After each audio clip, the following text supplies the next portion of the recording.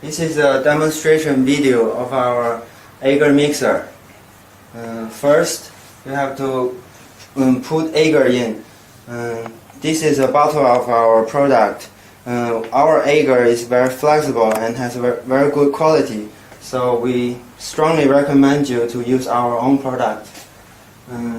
Cut the Agar into small pieces, about 0.5 cubic centimeters. It is best to cut into small pieces because if the piece is too big, the melting process will not be so sufficient. After you cut the agar into small pieces, put all the agar, about 3 to 5 kilograms of agar, into the tank. As you can see the control panel, there are only 3 buttons. So this is an automatic agar mixer. It is very easy to use. After you put the agar into the tank, turn on the power switch. And the thermometer starts to work. And after that, you have to press the heat stop button.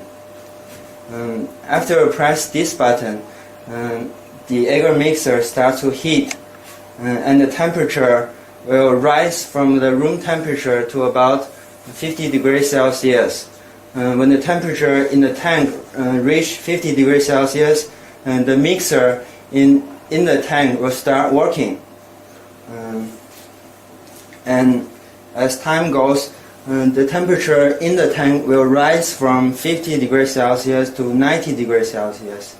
After the temperature reaches 90 degrees Celsius, the air cooling fan on the left side of the agar mixer starts to work, and the temperature will go down from 90 degrees Celsius to 45 degrees Celsius.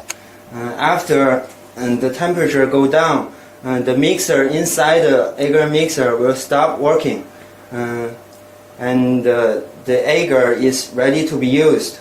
To use the agar, simply turn on this valve, and agar will come out of the outlet. If you want to stop the machine after it's started, press the heat and stop button one more time.